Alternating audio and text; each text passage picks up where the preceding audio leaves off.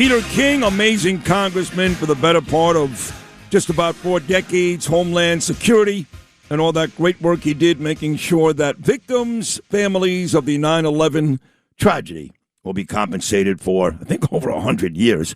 Peter, what exactly is that number? How many years will these people actually get to see that money? Basically, the way it's been done now, it'll go on really to the end of this century. The money will be there, and fortunately or unfortunately, by then everyone will be gone. So, for the lifespan of everyone who was alive and down there on 9/11, they will be covered. And it was a long, hard fight. And listen, I know, let me be bipartisan here. Jerry Nadler was a big help on this, and Carol Maloney. We didn't agree on other issues. Vito Fostello was absolutely outstanding on it. But as far as so many other people in the Congress, Republicans and Democrats, North and South, they really somehow looked upon this as a New York issue. And so anyway, it worked out. It was a long, hard fight. President Trump signed, I guess, the final legislation when I was there. It was in 2019. The president signed it in the Rose Garden. And but before then, it was a tough fight. I mean, it took until 2010 before we got a first bill, and that was only good until 2015, and we had to keep extending it. And now, Congressman Garbarino and Lota in Washington have gotten it extended now really far into the future. Now, one of the reasons for this is that when we passed the initial law in 2010, certainly in 2015, all the actuaries, everyone said that there was more than enough money there for everyone. But we didn't realize, nobody, and I'm talking about the doctors, the scientists, everyone, how many victims would be affected by this. Yeah. That this was a late showing illness. And when I say illness, there was countless 9/11 illnesses unique to 9/11. And people who were there on 9/11, some were cops, firefighters, construction workers, others were students, others were people just passing by. People worked in an office blocks away. It wasn't until 10, 15 years later that they start getting symptoms. So we set up now, there are doctors who are experts, and I'd say again, anyone who was anywhere near ground zero during those days, go sign up for this program, because what that means is you will get a checkup, you will get examination by doctors who are uniquely qualified to find 9/11 illness early. You could have the best doctor in the world, but you wouldn't be equipped to find these illnesses that early. So these guys are specialists, these men and women, they're absolute specialists. So get yourself signed up, and then you're covered in the program. And God forbid, if it's too late, you're already sick, call my friends at Barris McGarry. They'll get you money, which is the least that could happen in that case. So if, God forbid, that happens to be the case. I was thinking about you last week because the air quality here was so bad because of those Canadian wildfires. And I was happy to see President Trump say, we're going to tariff you, you son of a bitches in Canada. I loved it, but it reminded me of Christine Todd Whitman, the governor of New Jersey, who said, right after those buildings came down, don't worry, the air quality is fine. She said that, and people are still dying 25 years later. Yeah, there was a tremendous rush to get the country back to normal as quickly as possible, including with Rudy, and really all of us were involved in that, get people back. I think Christine Todd Whitman should have done a better job in analyzing the numbers before saying it was good to go back. We could have gotten people back, but done it in a more programmed way, a more logistical way. So, no, listen, there's definitely responsibility. Yeah, but you know what, Pete, you could say the same thing. I think you'll agree, similar circumstance with COVID. Like, we wanted so bad to get people back to work, not shut everything down. We did. The Democrats, they just wanted to shut everything down for as long as possible, but kind of similar in that we were looking for some semblance of normalcy after COVID. And obviously 9/11, the same thing. And who would have thought, Pete, that one of the people that would do that for us was Mike Piazza? By the way, you cannot overestimate that. That home run that night said so much. It really lifted the spirits of the city. And again, logically, it shouldn't have. But maybe it's me, maybe it's you. Yeah. But to me, that to me symbolized New York. Huge. And to have Piazza do it, he was a symbol of the Mets. He was a tough Italian-American guy, a slugger, a guy who was drafted 435th or something in the draft. And there he was hitting that home run, and I guess it was the 8th inning, and it was just phenomenal. It was almost scripted. It was made to happen, and that did so much. Plus, give Bobby Valentine a lot of credit. He had the Mets down there every day. They're in the parking lot unloading things, goods and supplies. Also the Yankees. The Yankees, the way they went down to the seventh game of the World Series, those late inning home runs. But having said that, no, I think Mike Piazza's home run was as dramatic a moment in New York's history as any. Not only, but primarily because of what was going on at that time, the feelings of the people, the spirits. It was like what was going to happen next, and suddenly what happened next was a dramatic home run of the Braves in the eighth inning. It was great, and it was such a shot into the ninth. I know. Great. It was so great, and you're right about the Yankee home runs. That was, if I remember correctly, Byung-Hyun Kim, who was the Diamondbacks closer, and I think Brocious, Jeter, and Tino all hit late inning home runs. It didn't matter. The Diamondbacks still won. But I compel everybody to go back. I tell everybody to watch this show, Rescue Me, with Dennis Leary, which was made in 2004. We just finished watching all 7 seasons again. It's great. It's all about 9/11. But you should go back and watch 9 Innings from Ground Zero, which was a movie made by HBO. My friend Russ made it. And this is an unbelievable piece.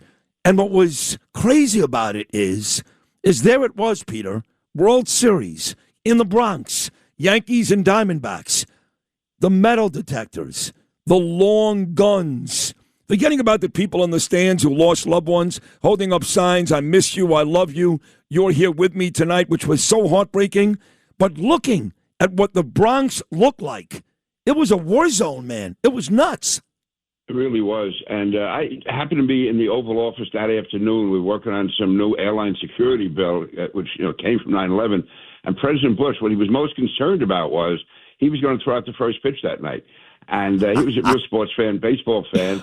And he was his family owns the Texas Rangers. Yeah, exactly. But he had thrown out the first pitch in Baltimore that year. And he didn't realize till he got there to show up that he had to wear a bulletproof vest. So he bounced the pitch, and they were booing him coming off the mound. And he said, all kidding aside, he said, you can't have the commander-in-chief. The country was at war. The country is at war. We just went through the worst tragedy in the history of the country. I'm going to be there literally in the city where it happened. And he was going to be wearing an FDNY jacket. And so he spent the afternoon out in the Rose Garden with the bulletproof vest and the jacket on to make sure he got it over the plate. And he was and so when I was watching on television it was my apartment in Washington. My son Sean was down there with me, and I was like more nervous over that watching him come to the mound and throw it over. And he actually it was a bit of a breaking ball. It was over the plate, right over the plate. Yeah. And again, that's like Piazza's home run. Who cares if the president of the United States bounces the ball? But at that time, if he had done it, again, all those things sent a signal. They did. But I'll tell you who cared. Because how the story goes, Peter, is that when George Bush was in the bowels of Yankee Stadium about to exit and head towards the mound, who did he see? Derek Jeter. And what did Derek Jeter say to the president? Don't bounce it.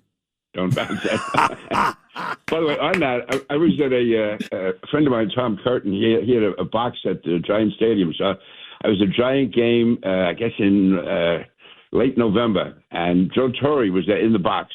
And I was talking to Torre, and he said, "But how many umpires are on the field?" So I said, 5. No, there were 6. One of those umpires had a submachine gun. That's right. And I had no idea of that. Yep. Yeah, Secret Service guy. So when you see all those umpires around, one of them had a automatic rifle under his suit. Yeah, it was crazy. This is the great Peter King reliving some of those just crazy times as we get set to commemorate 25 years. And I'm really happy Peter is on this show every week because he has been a 9/11 hero. Those endless funerals, which one after the other. I know. You and Rudy. Neighbors. I know. And especially where we live. I mean, we've got the Tribute Park right in my neighborhood by 116th Street. God, Bell Harbor. I mean, so many firefighters.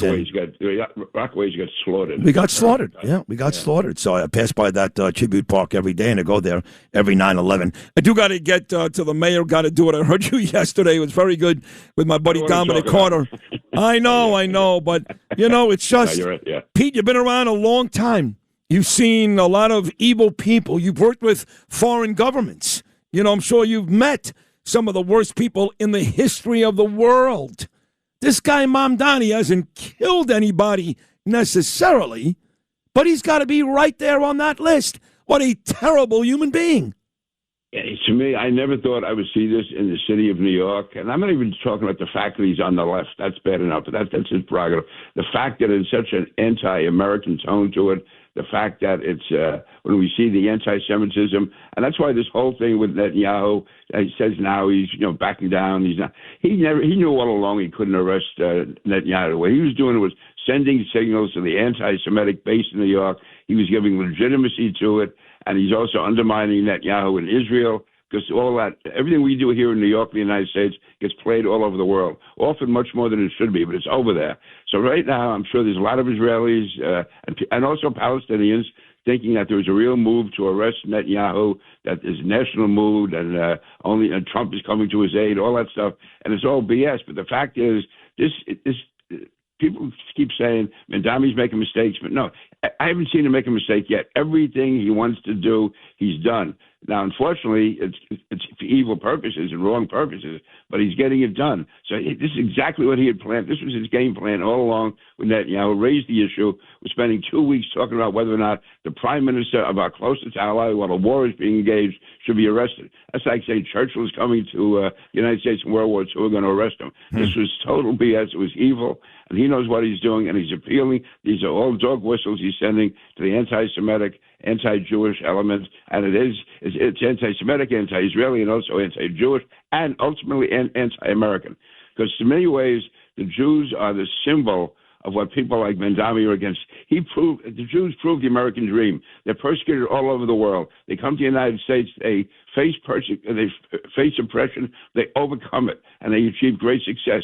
That's the American dream. So that's why you have to shoot the Jews down first, because they symbolize the American dream. And I tell everyone, and maybe the Jews now, it's all of us next. God, you're great, Peter King. I love you. That's an Irishman right there, folks, just so you know. Okay, but we love him in our community. Peter King, that was a great conversation, and really, I'm really happy you're on this show. Well, I am anyway, but especially leading up to 9/11, because you've been so integral, such a great guy with all these families, and I know how hard it hit you. You're right there, in my opinion, with Rudy Giuliani. So we got a very rough couple of months coming our way, but thank God you're here. Peter King, thank you so much.